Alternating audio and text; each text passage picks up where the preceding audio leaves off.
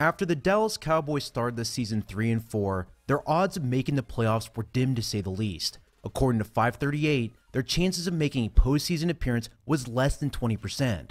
During the bye week though, they made a big gamble to try to fix this. They traded their first round pick for Amari Cooper.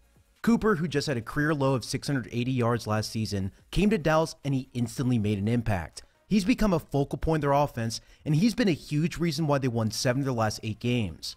For this breakdown, I wanted to look at Cooper's skill set and talk about what he brings to the Cowboys offense. I also wanted to talk about the schematic trends I saw between these two teams and explain why he's become so much more productive with the Cowboys.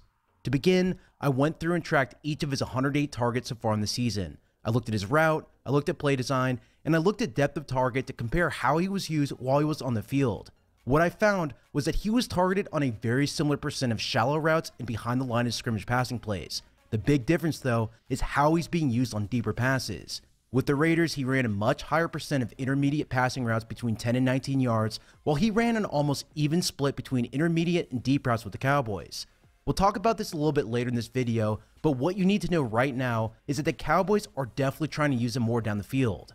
After going through his film, one of my favorite routes that Cooper runs is a slant. He pairs his excellent footwork with his hand-fighting ability in order to get open off the line of scrimmage. Versus the Broncos back in week 2, he had this excellent slant route where he gained 13 yards. On this play, it was a 3rd and 2, so the defense wanted to press the Raiders receivers in order to allow their blitz to hit. However, Cooper's excellent release stopped this pressure. After the snap, Cooper ate the cushion that Roby gave him, and he took a hard jab step with his outside foot. He then turned back inside and used his inside hand to swim over Roby's lunge. Since the Broncos were playing cover 1 while simultaneously double teaming the slot receivers, this gave Cooper a one-on-one with Roby. Cooper caught the ball, spun out of a tackle, and then stayed on his feet to gain some more yards. While this play happened while Cooper was still with the Raiders, it's an excellent example of a common route that the Cowboys have him run. He brings that same skill set to Dallas, and it helps them beat press man coverage off the line of scrimmage. I can't overstate just how important this is. The Cowboys offense was struggling immensely to beat physical man coverage, especially on 3rd downs.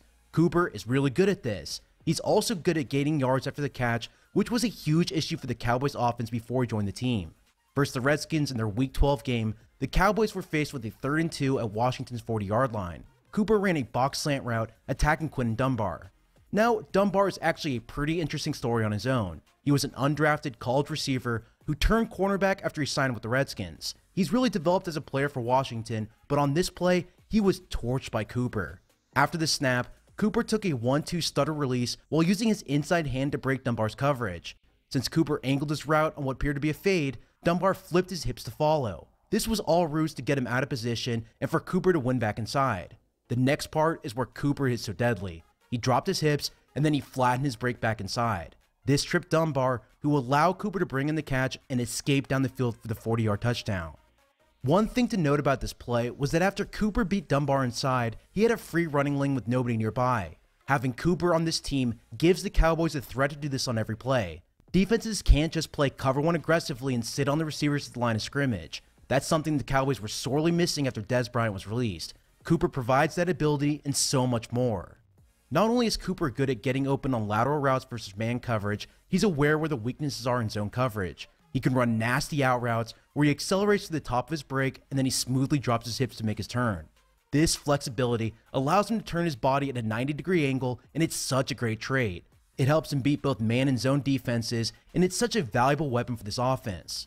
Additionally, he can also create yards after the catch. Literally on his next target after that 40-yard touchdown in the Redskins game, he torched them again, but this time was for 90 yards. He ran a dig route attacking Washington's zone defense, and then he dropped his hips to burst back outside.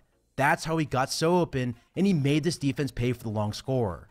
These two traits, the ability to win against man coverage and the ability to create yards after the catch, are very important for this offense. As I said before, the Cowboys were struggling immensely before he joined the team. I went back through a few games from earlier in the season, and opposing defenses smothered Dallas' receivers. They played them physically at the line of scrimmage because they didn't fear any of Dallas' receivers from beating them one-on-one.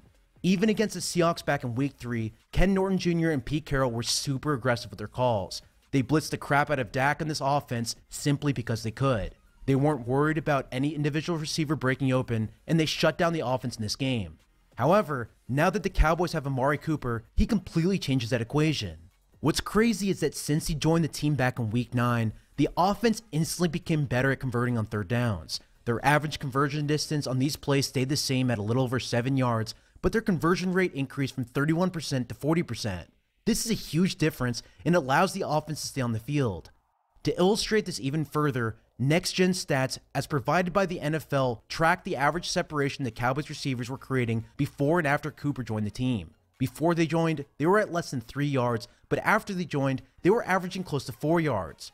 Ironically, Cooper's own average yards of separation decreased after he joined the Cowboys. It went from about 3.8 yards with the Raiders down to 2.2 with Dallas. What this means is that defenses are paying Cooper extra attention, but it's allowing the Cowboys' other receivers to make plays. So this last point brings up a very important question. If Cooper is getting less separation with the Cowboys, how is he more productive in this offense? In my opinion, you can boil this down to 2 major points. First, the Cowboys are running more design plays to Cooper, and second, they're giving him a higher percent of the target share. The Raiders only gave him roughly 12% of the targets in their offense, while Dallas is giving him almost double that.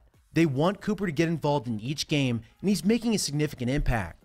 With the Raiders, he was using a high percent of clear-out routes and shallow routes, but the downfield plays to him were limited. Meanwhile, with the Cowboys, Cooper is getting a higher share of the deeper play designs where other receivers are playing as the clear-out role in the offense. This has allowed him to make bigger catches, and he's rewarded the team with higher production. For example, on this 2-man route concept, the outside receiver ran a go route. Cooper, who lined up in the slot, ran a bench route finding the open space that was vacated by the defense. He's wide open on this play because the Cowboys consistently wanted him to get more involved in the offense. The Raiders, on the other hand, wanted to spread the ball around based on their game plan.